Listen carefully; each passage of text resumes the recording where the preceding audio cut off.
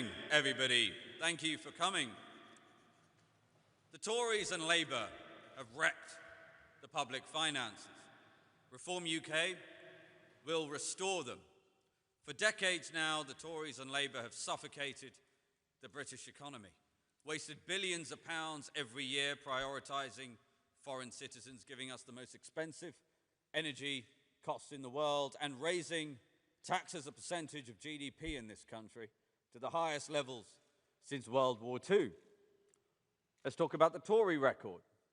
They claim to be the party of fiscal responsibility, the ones who help us live within our means. They managed to run a deficit in every single one of their 14 years in power. They managed to triple the national debt and make everyone miserable in the process. And they blew up people's mortgages for good measure. Labour are just as bad. According to Capital Economics, Rachel Reeves is raising taxes on British people, post the budget that's coming, at a faster rate than any Chancellor in 55 years. Unemployment in this country is already at a 4-year high and trending higher, and that's to say nothing of the millions who are not in that number because they're not actively seeking work. And inflation remains sticky at 3.8%, well above the target rate for the Bank of England, which is why so many in this country are struggling with the cost of living. The cost of living is intolerable. The prices in the supermarket seem to go up seemingly on a weekly basis. We have rents going up all the time. Mortgages never seem to get any cheaper, and don't even get us started on energy bills, which people are petrified to even open. And speaking of energy, this country has the highest industrial energy costs in the world. There is not an example on the planet of a high-growth economy with the kind of energy prices Britain has, nor have there ever been, nor will there ever be. So, the political class are running this country's economy off a cliff. Britain is headed for economic catastrophe unless we urgently change course. And that's not just me or Nigel saying that. The warning lights in terms of sovereign debt are already sounding and are already flashing, and the alarms are sounding.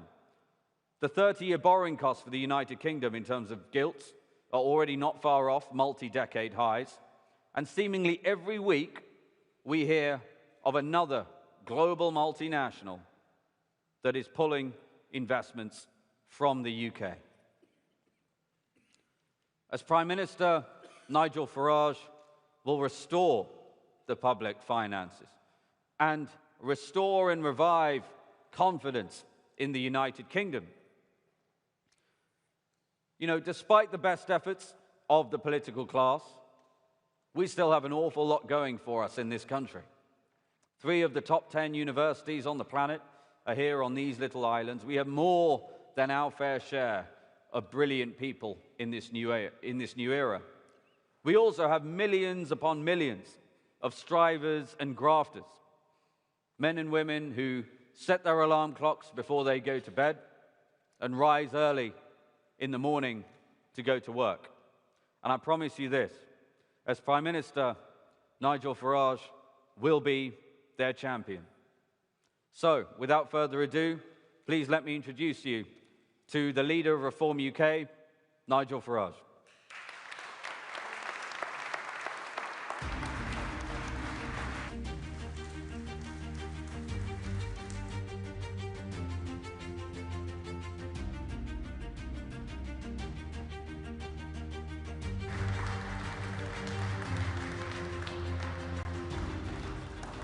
Thank you very much. Thank you. Zia, thank you, and good morning, everybody. Another depressing budget hoves into view, another tax-raising budget, another budget that doesn't have the courage, the guts to cut public spending, and I think the level of pessimism amongst businesses, amongst savers, amongst those that have assets of any kind has not been lower in modern times. I think for some years we've actually been living under an illusion we've not been prepared to face up to just how much of an economic mess we're genuinely in. As we slip down the global league tables, we kid ourselves. Well, it's okay. We've got GDP growth. But there wouldn't have been any GDP growth over the course of the last few years if it wasn't for mass migration on a scale hitherto never even contemplated, and of course, excess government borrowing. That is all that has kept GDP figures up. And indeed, I think we can argue very strongly that on an individual basis, mass migration has made the average Briton poorer. You take a year like 2024, a record level of people coming into the country, and GDP per capita falling. And of course, the productivity problem, well, there's nothing new there. We've been suffering from poor productivity going back for the best part of 20 years. We convinced ourselves that by importing masses of cheap, unskilled foreign labor, that somehow that would be good for our economy. Well, it was good for the wage bills of big companies in the short term, but catastrophic when it came to training and education for our own workforce. And when it comes to the public sector, who still seem to be hooked on the idea that working from home somehow is good for productivity, well, we see the disastrous results, and this is something that Danny Kruger, on our behalf, has started work on already. But the one subject we really don't discuss, at least the Conservative and Labour parties don't discuss, is the level of national debt. In fact, even last week, the leader of the Conservative Party was saying, in office, we cut the deficit for 14 years. Well, cutting the deficit is a very different thing to cutting debt when you're still running borrowing in certainly at peacetime levels, unlike anything ever seen before. They may try to wash their hands and run away from it, but our national debt increased by over 2.5 times during those 14 years. And now it's accelerating.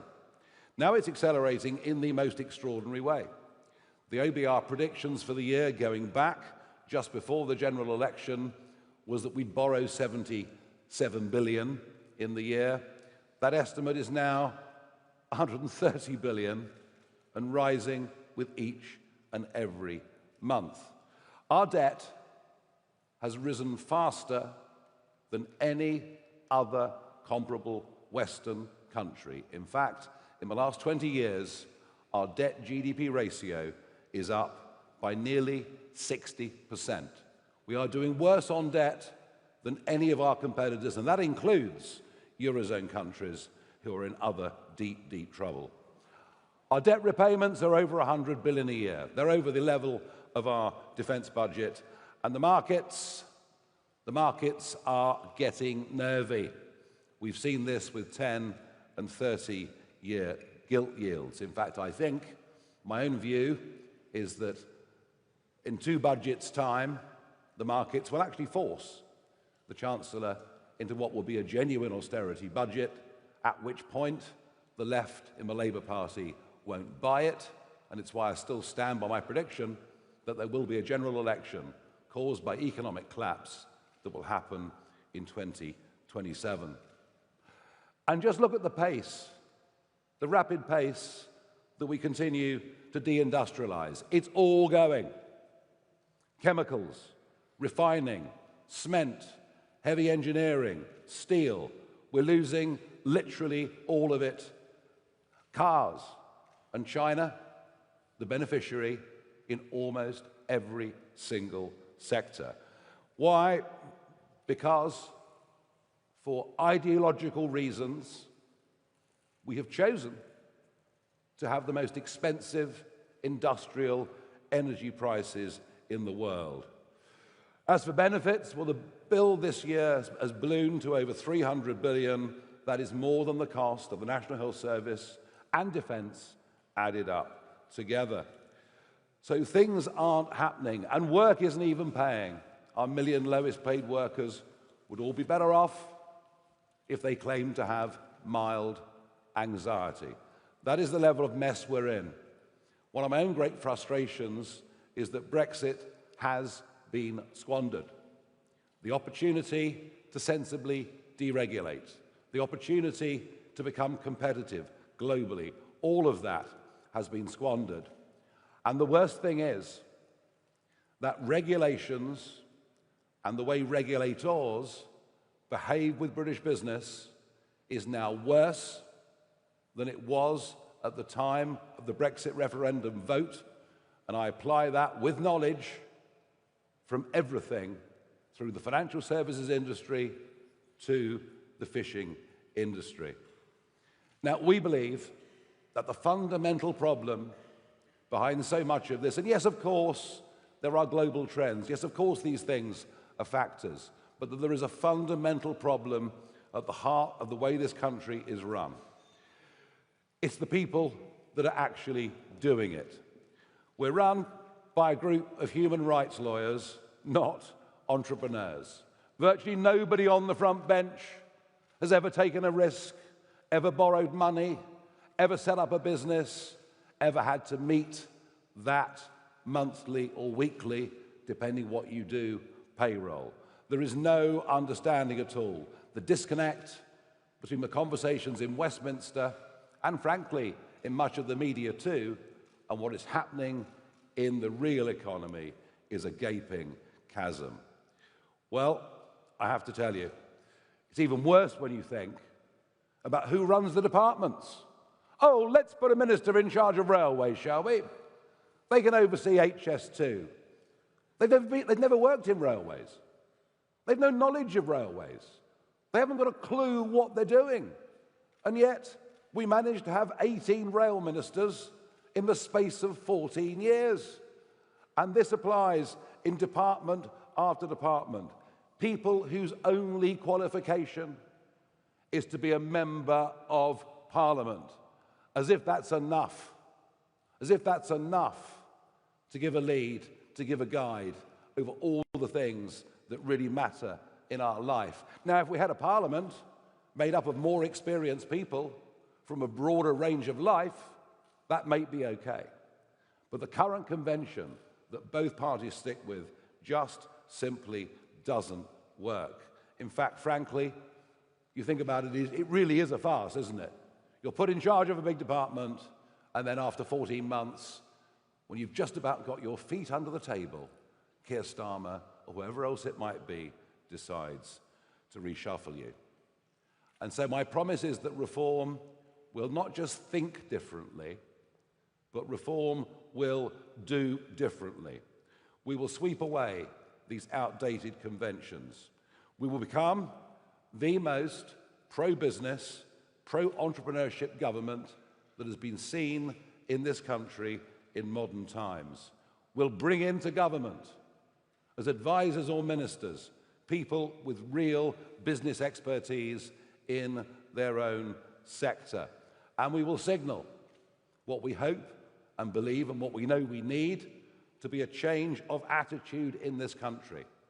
A change of attitude towards hard work. A change of attitude towards making money. A change of attitude towards success. And I would like to think this would begin in our schools, that we'd have more national champions, that we'd take people who'd come from nothing and become successes and make them heroes, make them role models for younger people to follow. Because believe me, that is very, very badly needed indeed. And perhaps it's appropriate that this speech is being given in this magnificent old banking hall right here in the heart of the City of London. Now, it's a place that I know incredibly well, having spent much of my working life here, and generations of my family before me that worked here. It is a very special place because it symbolizes what is still, despite everything, Britain's biggest industry. We never talk about it. Parliament rarely debates it. Financial services are Britain's biggest industry. But what sad decline we are currently in. We have an EU rule book that is almost entirely in place. And that is interpreted by massively overzealous regulation. The costs of doing business in London, the costs of doing business in our financial services industry are now simply too high. And we're losing business to places all over the world, New York, the Far East, you name it. There is, of course, one booming sector here, though. That is HR and compliance. And Richard Tice and I were talking about this earlier. The FCA now incredibly have 5,000 staff. It was 2,000 staff when I left the city just over 20 years ago. And still we carry on with our outdated practices. We still have stamp duty on share transactions and wonder why IPOs and stock trading in London is in such serious state. We have an FCA keen now to push a diversity agenda, as if diversity in the city is what matters. Well, when I worked here, it didn't matter what religion you were. It didn't matter where you came from. It didn't matter what class you were. It didn't matter what color you were. When I worked in the city, it was based on, are you good enough? It was based on being a meritocracy. And that coincided, I think, with London being at the most dominant position in financial services that it's been certainly in modern times. And then we have the banking industry. Not necessarily always been my favorites over the course of the last few years. But they, of course, are forced to implement 4 major European Union money laundering directives. All, of course, put in place with the very, very best of intentions, but that has led to the debanking of hundreds of thousands of individuals and tens of thousands of businesses across this country through no fault of their own, at the same time as the Turkish barbershops proliferate along with the cash car washes right across our country.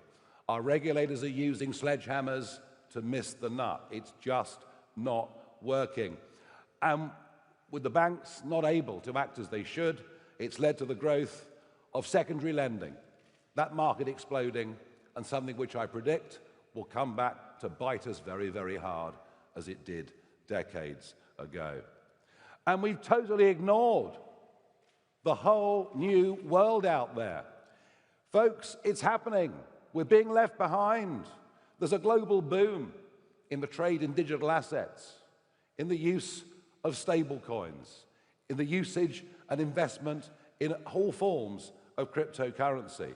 We've literally turned our backs on it, both the Bank of England and the FCA being guilty of this. The reason the city succeeded for hundreds of years is that it innovated, it took risk, it saw what the future direction of markets and consumer and customer and commercial demand would be. And we have done absolutely none of it. And frankly, I believe it's a disaster. We should be leading the world in these 21st century businesses. So our aim would be to sensibly deregulate a rule book that was written for the European Union, not written for the City of London, to think globally and to have a much more open debate with the Bank of England. It seems that Parliament thinks, oh, the Bank of England have got independence. Well, they've got independence over monetary policy. They don't have independence over fiscal policy. And it was Richard Tice that pointed out 18 months ago the vast sums of money unnecessarily being paid in interest to banks. And now we've moved to quantitative tightening. Well, they're on course to lock in losses of £150 billion. This has a major fiscal impact on this country. I haven't heard Rachel Reeves talk about it once, which, given she was 10 years a very senior economist over there, I must say I find very, very surprising, and a total rethink of what the FCA is. Markets need sensible regulation that users can trust. And you know something? They don't need a whole lot more than that. And don't forget, when I talk about the city, I'm not just talking about here and Canary Wharf. I'm not just talking about Mayfair. I'm not just talking about a few very high earners. I'm talking about an industry that employs hundreds and thousands of people in every major town and every major city in this country. That is how fundamentally important it is. The whole economy must encourage innovation. We must encourage ambition, and yes, dare I say it, risk-taking. Free markets work because people take risks. And if it goes wrong, it's not the job of governments to bail them out. It's the job of their shareholders and their bondholders to lose all of their stake. And we need so much more than that. But to be that kind of economy, we have to have the right people in our country. That breed of people that will take astonishing risk. That breed of people who'll give up their lives dedicated to a particular project that they wish to succeed. And the numbers on that aren't looking very good. The exodus is real. An estimated 16,500 very rich people will leave this country this year. But a total of about 80,000 people will leave this year seeking jobs, seeking work, seeking opportunity elsewhere around the world. And yes, many of our brightest, youngest, most ambitious people have simply had enough. We're living through a wealth drain, but we're also living again through a late 1970s style brain drain. And we intend to reverse all of that. The non-dom, and this is unpopular. You talk about this, oh, you can't just talk about rich people. Well, I'll tell you in a moment why we need to. The non-dom tax changes started, of course, by George Osborne, accelerated by Jeremy Hunt, finished off by Rachel Reeves, is a self-induced act of financial stupidity. These people pay their UK taxes. These people employ a lot of people. These people invest in British businesses and British industries. These people are the biggest spenders in the country. But off they go. Milan welcomes them with open arms, as has Lisbon over the course of the last few years. Athens now doing the same. Dubai, 250,000 Britons. 250,000 Britons now living in Dubai alone. And that's why we've introduced the idea of the Britannia card. A one-off payment for non-doms to come back, settle here, and pay all the relevant tax on their UK income. The same is true of those that are wealthy with assets. They're fleeing. They're scared of wealth taxes. But what they're even more scared of is retrospective tax changes. And it's happened. All through the 90s, I ran my own company. I put money aside every year. I didn't take the family to Barbados. I didn't buy the kind of cars I'd have liked. I put money aside. I thought, well, that's there for a pension, and if I snuff it, it's there for the family. That is now subject to inheritance tax. People are scared of retrospective taxation, and even scared now of the idea of an exit tax. But perhaps the biggest disaster are young professionals who are caught in the £100,000 a year tax trap, and young entrepreneurs who want to get on. They're leaving, and we want them back in this country. And this hard left socialist dogma that it's popular to tax the rich, that the rich won't move, they'll stay and pay more, that, I'm afraid, has infected virtually the entirety of our political class, and it's wrong. So let me make it clear. I want as many high-earning people as possible living in this country and paying as much tax as they legally have to. Because if the rich leave and the rich don't pay tax, then the poorer in society will all have to pay more tax. It's as simple as that, and what we're doing is crazy. And we need those people back, although I have to accept that coming back into London will need not just sensible tax rates, not just a government they fear, it'll need law and order on London's streets to be sorted out, something that Mayor Khan appears to be oblivious to, but is given by some now as another reason for leaving. London, the capital city of Britain, in which you're too scared to wear a watch walking down the street. Right at the heart of what we intend to do to reindustrialize Britain, using the fact we have rather greater knowledge, and we're not stuck to dogma in a way the other parties were, has to be to deal with the energy industry. It's as if a new religion overtook the Commons in Blair's time. It was reinforced by Call Me Dave, Vote Blue, Go Green. We then saw Theresa May put net zero into law without even having a vote on the floor of the House of Commons. It wasn't needed because everybody agreed. And now, of course, we have Ed Miliband, whose fanaticism has taken things to a whole new level. Well, he's in competition with Boris, who wanted us to be the Saudi Arabia of wind. Somehow they all seem to think they're saving the planet. The truth is, what they're actually doing is they are exporting carbon dioxide emissions to manufacturers in companies that operate under lower environmental standards. And just look what it's done to the price. And you'll hear evasion after evasion about the genuine cost of renewable, intermittent, unreliable, renewable energy. But our electricity prices are 4 times that of the United States of America, double that of most of our European competitors. And we've done this to ourselves. It is complete and utter madness. You can have as much solar and as much wind as you want. But frankly, the grid that we have, without spending £2 to £3 trillion updating it, cannot cope with that intermittent energy, which is why we now pay wind turbines to turn off when there is too much wind. The lunatic cost of net zero is continuing deindustrialization. 3 or 4 more years of this, there'll be very little manufacturing left in Britain at all, believe me. And when you think about it, it's really quite mad, isn't it? Because we're not just seeing the closure of our refineries and everybody else, who, for many cases, energy contributes 40% of their overall bill. But we're even conning ourselves now. The Prime Minister talks about AI.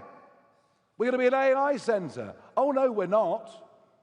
Because the new energies, the new industries, use more energy than the old, heavy manufacturing industries. If we want to be involved with data centres, with crypto, we're going to need to use more energy than we've ever done before. And even with this massive amount of expenditure that we've put through subsidy and much else into wind, for example, there were days in January this year when we were importing 25% of our energy, and it was coming from Norway, across the other side of the North Sea, and it was coming from Belgium and from Holland. At some point on the current course, energy won't just be expensive, but the lights actually will go out. So we will scrap all net zero subsidies. We will bring down the cost of energy. We will get rid of the insane North Sea taxes put on by Jeremy Hunt and then a bit added on the top by Rachel Reeves. Let's get the North Sea operating. Let's have a look at some of the new onshore gas fields that have been found in this country. That will produce tens of thousands of well-paid jobs.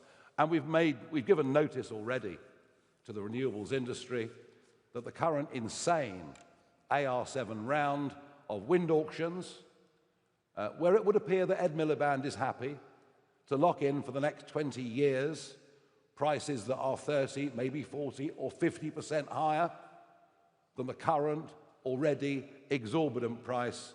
We've given notice to those companies that if we're in government, we will scrap those contracts. Longer term, we believe as a party in nuclear energy, but not the way the current non-businessmen and women in government and our administrations administer it.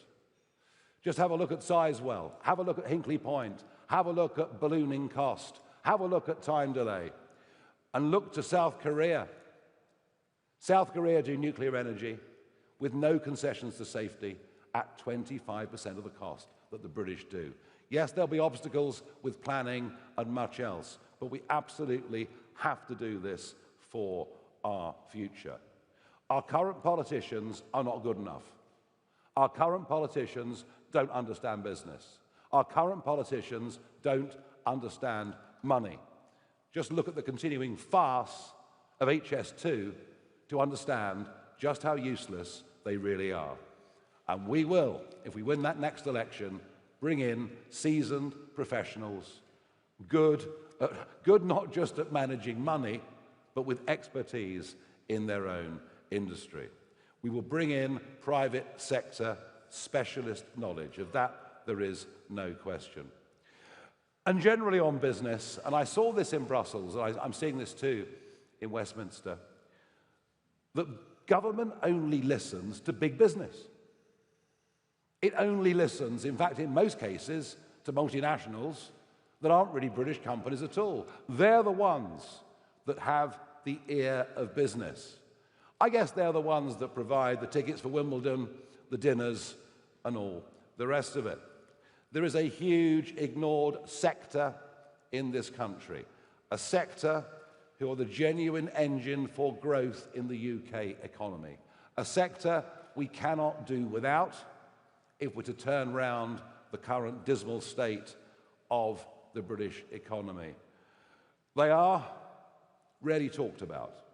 They are ignored, but they are put upon. Just think of the 30% increase that Mr. Hunt brought in for corporation tax, stifling reinvestment. Just think of this government saying their annual returns now must be quarterly returns with added bureaucracy and added costs. Yet the completely forgotten part of the British economy are the 5.6 million men and women that run small businesses, act as directors, or organize their lives as sole traders. They feel unwanted in almost every single way, and yet they're really important. 60% of employment in the private sector is provided by those 5.6 million small companies. They've been hammered by national insurance rules over the course of the last year, especially those working in hospitality and sectors such as that. And they are embattled by IR35 regulations designed by the Treasury and weak Conservative chancellors who assume that everyone out there who isn't working for a big firm is some kind of crook. Well, I'm sorry, but the IR35 rules are ridiculous. They're stifling innovation. They even drive some in their 50s just to throw their hands up and go into early retirement. We will be the party of small business. We will be the party of risk takers. And look, there is a fundamental, I think, misunderstanding in many, many ways about what business really is. It's as if, well, you're either for business in politics or you're for the worker in politics. It is a fundamental misunderstanding, frankly, at every level. Thriving businesses are good for their employees. And something that I don't think anybody on the front benches would even understand is that small businesses very often treat their employees as well as they would treat their own family. You know, I went through times of having to pay monthly payroll when my staff were earning a lot more than I was. But I wouldn't for a minute want to jettison any single one of them, but hold tight and wait for better times. And we are on the side of working people. We are the party of Alarm Clock Britain. And we want people who are out there working to be genuinely better off working than they are on a whole range of benefits. And it's perhaps on benefits as much as anything else that I was keen to do this speech today. There seem to have been several misunderstandings as to where reform stands on benefits, as if we are the party that will throw around the money like confetti, based, I think, around my comments on the two-child cap and removing it. Now, no one actually listened to what I said. I mean, this happens, I know. But what I said was, we should remove the two-child cap for British working couples. And what I meant by that is for lower-paid couples who are both working, the cost of childcare is exorbitant. It's a disincentive for having more children. It's a disincentive for going out to work. And so I thought a tax credit for a couple where both were working was actually a very, very pro-family policy in every single way. We have already announced cuts to welfare spending, but no one seems to have noticed. So let me use this opportunity to reiterate where we are this morning. My colleague Lee Anderson and Zia Youssef did a press conference earlier on this week dealing specifically with PIP claims, saying that we would take away claims from people who were on PIP for non-major anxiety. That policy alone, given the daily, weekly, monthly rate of new sign-ons, that policy alone would save us $9 billion a year by 2029 under current predictions.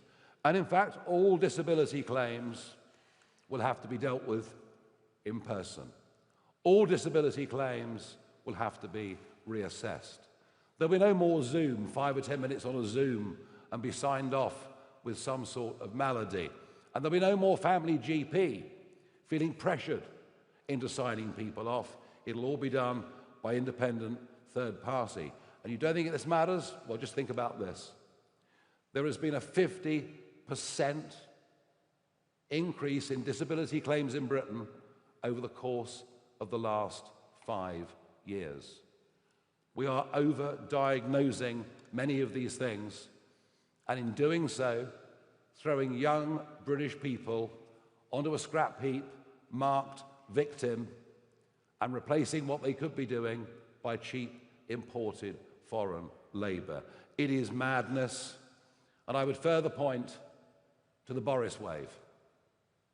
Indefinite leave to remain that begins to kick in very, very shortly for 1 million or more people who are in this country who will be able to claim benefits for the whole of their lives and to bring in dependents as well. There are some think tanks that estimate this particular cohort could cost up to £200 billion over the course of their lifetime. So in terms of benefit cuts, I think we've just proposed the biggest benefit cuts you've probably ever heard any government do, and I will make this absolute promise. We will substantially cut the benefits bill.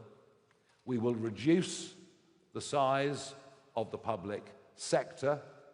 We will look, as we've already started, at public sector pensions, which are a massive liability, and from the early work that Richard has done, we can see these funds are paying fees that are way out of line for what should be appropriate and being badly mismanaged.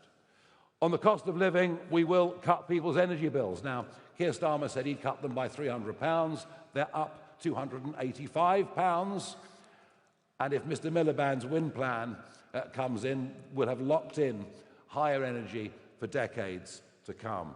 We reckon sensibly we could cut £165 per annum off everybody's electricity bill. But it's in the area of population explosion, it's in the area of mass migration where perhaps we can help a lot. A move towards net zero population increase through migration would ease pressure on rents. It would ease pressure on house price affordability. And we will commit to the biggest building program of genuinely affordable housing in this country that has ever been seen. Our young people deserve nothing less. So look, we will cut spending. We will encourage growth and entrepreneurship. We want to cut taxes, of course we do. But we understand substantial tax cuts, given the dire state of debt and our finances, are not realistic at this current moment in time. There are some relatively modest things we would do. We would immediately remove IHT from family farms and from family-run businesses. And we will raise the thresholds at which people start to pay tax to begin the process of getting people out of the 16-hour-a-week working debt trap that so many people find themselves in. The state of the finances, the state of the economy is far, far worse than it was in the run-up to a 2024 general election. But be in no doubt, we are pro-business. Be in no doubt, we want work to be rewarded. Be in no doubt, we will do everything we can to bring back confidence and to bring back a change of culture around work, money, and success in this country. And be in no doubt that we will have higher quality people in charge of areas over which they've got knowledge than we've seen in this country for many, many decades. Thank you very much.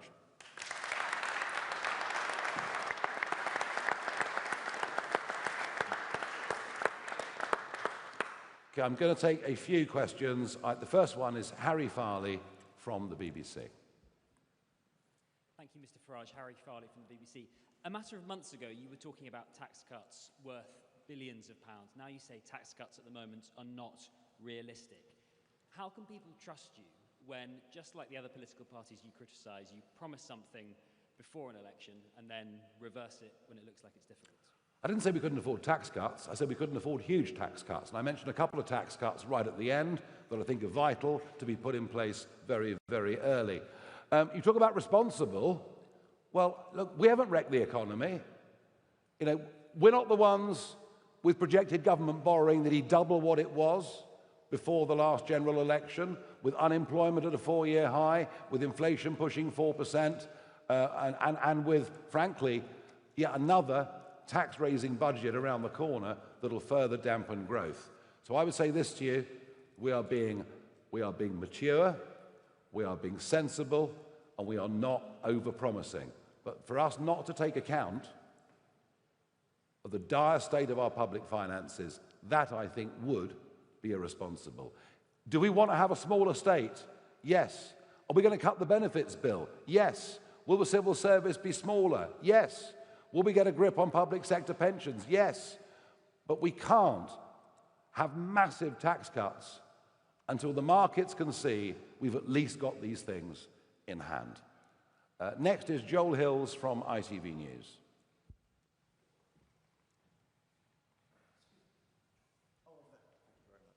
Hello there, Joel Hills from ITV News. You share Richard Tice's concerns about the affordability of public sector pensions.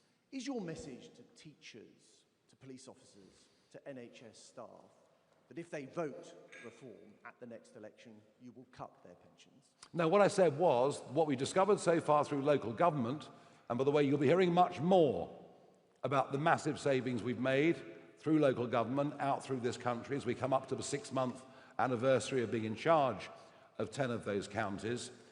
What we discovered, and this is through, a fairly brief look at the way that the pension funds are run at a county level, is they are paying exorbitant, and I mean exorbitant, fees to the pensions industry, which of course cumulatively over a 25 or 30-year period adds up to a very large chunk of the money, and we believe they're very badly administered.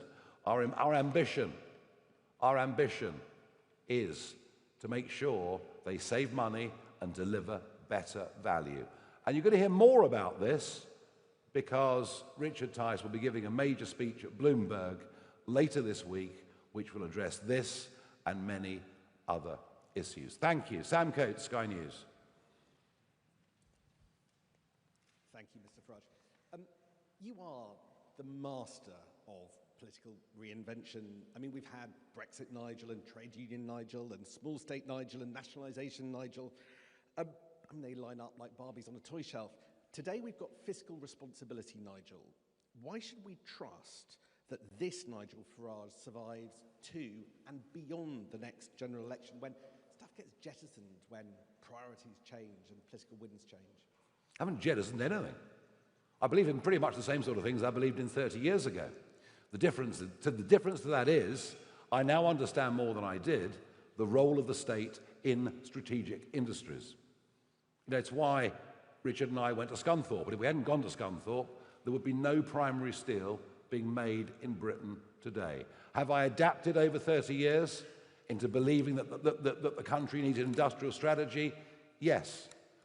Do I believe that actually, in certain failing industries, you know, a short-term partial nationalisation where, by the way, the bondholders and shareholders get wiped out, it doesn't cost government to do it? Yes. So I think you'll find the shifts and changes that you're looking for quite difficult to find. You know, I believe we have to be a competitive economy. I believe we have to have a hard work culture in this country. And I believe that unless business succeeds, the rest of the country can't succeed. A growing public sector does not make us richer. I think I've believed in that for almost 50 years, actually. Christopher Hope, GB News. Nigel Farage, just on 2 points you raised there in your speech. You said you would raise thresholds, that's presumably income tax thresholds. In May, late May this year, you said you'd increase the basic rate threshold from £12,500 to £20,000. Does that still stand? That is the biggest commitment you've made on that area. And secondly, you haven't mentioned the pensions triple lock. You want to cut spending. Surely that is now under threat.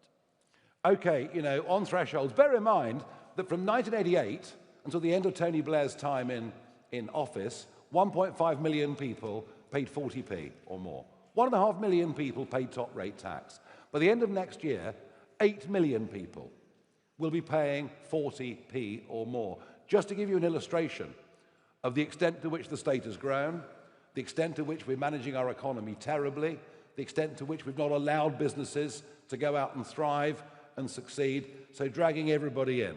We will raise thresholds. I cannot tell you what the state of the economy will be as the next general election approaches. If I'm right, and that election comes in 2027, then the economy will be in an even worse state than any of us in this room can even predict. So how can anybody project on pensions or thresholds or any of those things between now and then? What we will do and what we can do is to use whatever muscle we've got to fight and urge this government to change direction, to ease the burden on small business, being just one example. And you know, there are many things that we've said and done over the course of the last year that have led to government and opposition following what we say. So maybe we can change things slightly by debate, by force of reason, by opinion poll strength, although I suspect that with this Chancellor and with this Prime Minister, they're so torn between their old Labour voters going reform and their left-wing voters going for a Polanski, your party, whatever it may be, alliance, that I expect what we'll see more of is a government with no vision that just floats around but then U-turns when it gets the chance. Okay, I'm going to go to Sam Merriman from the Mail. Hi. Is the minimum wage too high? Would reform lower it or scrap it to boost aspiration? Sorry, say that again. Is the minimum wage too high? Would reform lower it or scrap it to boost aspiration? There's an argument the minimum wage is too high for younger workers, particularly given that we've lowered the level at which NIC is paid to $5,000 a year. So do one or the other. Do one or the other. Either lift the cap at which NI is due, or lower the minimum wage for lower workers. But you know what? I'd say this to the Chancellor, do something. Do something. Because for so many young people, that first job, and it can be in a pub or wherever it may be, it's a very, very important part of growing up, becoming part of a working, contributing adult. So I would urge the Chancellor to do one of those two things. Aubrey Allegressi from The Times. Thank you. Aubrey Allegressi from The Times. I wanted to ask you about your nationalisation policy, which you set out earlier this year. You committed again in July to nationalising half the water industry, and you've talked since about nationalising the steel industry as well. How much would both of those things cost? Can you afford them if you're standing here and telling us about how you're going to be fiscally constrained? And are you signalling to workers that nationalisation is sometimes in the best interests of the taxpayer? Nationalisation should only be used as an emergency measure. Of that I have no doubt at all. In the case of steel, if something hadn't happened, literally within a couple of days, this country would not be a primary producer of steel, the only major Western country that would not be a primary producer of steel. Now, I have heard in the last week that the government are going to begin to do some energy deals with one or two of the biggest users. But that, of course, is simply attacking the symptom of the problem and not the cause. It's the energy prices that heavy industry can't stand. Water's a different case. That's Thames Water, who have lost all credibility morally and financially. And our plan was, as I say, it wouldn't cost us anything. We'd wipe out the shareholders and look for new partners. Okay, Ryan Saby from The Sun. Thank you. You talk about being pro-business and also pro-worker. Where do you stand on employment rights legislation? Would you scrap it? Would you water it down, especially when business says that the government estimates say it will cost £5 billion? I said earlier on that government only listens to big business. And can very big business absorb the cost, the increased burden of the Employment Rights Act? Yes, provided it damages their small and medium-sized competitors. And that's the point. The more you regulate, yes, it'll cost big businesses, but if it bankrupts their competitors, that's great as far as they're concerned. But not as far as the economy is concerned, not as far as choice is concerned, not as far as innovation is concerned. So look, the idea that the employment rights legislation should apply to a company with 3 employees, you have to start asking yourself a question. Who's that good for? Well, it's not good for the company, and it's certainly not good for the worker. And it's why I repeat what I said earlier. This is the most ignored part of the British economy.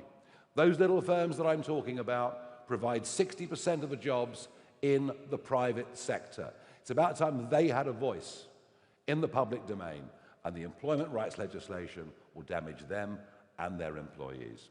And my final question, because I'm not doing hundreds today, I mean, normally I do 25 or whatever, and we have got more press conferences coming, but to show you the sheer levels of balance that we apply here, let's go to Pippa from The Guardian. Thanks, Mr. Farage. I'll ask the other 25 questions for them if you like. Can I ask who in mind you have to be Chancellor? Will it be Richard Tice, Zia Youssef, or somebody else entirely? Can I quickly also ask, do you still support PR? You were a big advocate of it for many years, but have seemed to have gone rather quiet on it now. The first past the post looks like it favours you. And to end the questions where we started, are you just doing what you accuse the other parties of, breaking promises in order to join the political mainstream? I'm really interested in that balance that you have to strike between retaining the benefits of insurgency while trying to make yourself look credible on the economy. Thank you. Well, look, I mean, aspiration, all I ever said was that raising the tax, I want the tax threshold to go to £20,000. I think it's vital for this country we get it there. It's vital that with benefits and getting people back to work, we have incentives. I think that's really, really important. As well as toughening of the rules, it needs the carrot and stick approach. So they were only ever aspirations. And I think what you're seeing today is us being realistic about the state of the economy. Now, look, when it comes to who's the Chancellor going to be, who's the Home Secretary going to be, and all the rest of it, this is a work in progress. Over the course of the summer, Danny Kruger joined us. He's taken on a very specific area for us. Colin Sutton joined us, most famous living cop in Britain. He's taken on a very specific area for us. Vanessa Frake joined us, the toughest living prison governor in the country. She's taken on a very special purpose area for us. And there'll be more announcements in the next couple of weeks of people with expertise. No speculation about defections here. There'll be more expertise coming over the course of the next few weeks. And what I've tried to do really hard this year is to get away from this idea, this criticism that somehow it's a one-man band. It's not a one-man band. There's a broadening team. They're sitting there in front of you on the front row, from David Bull to Lee Anderson to Richard Tice to Danny Kruger and indeed Zia Yusuf as well. And there are others, and there'll be more. And as time goes on, there'll be more and more. And as we develop and build that team, we'll start to give people labels. Right now, we're not ready. But I would hope to think that with all the press conferences that we've done, the speeches we've done over the course of the last few months, that you can see that we are developing thinking, we're developing messaging in a very, very wide range of areas. The next big speech we're doing is it you, Richard? That's Bloomberg on the 5th. Bloomberg speech from Richard Tice on the 5th. Thank you very much indeed.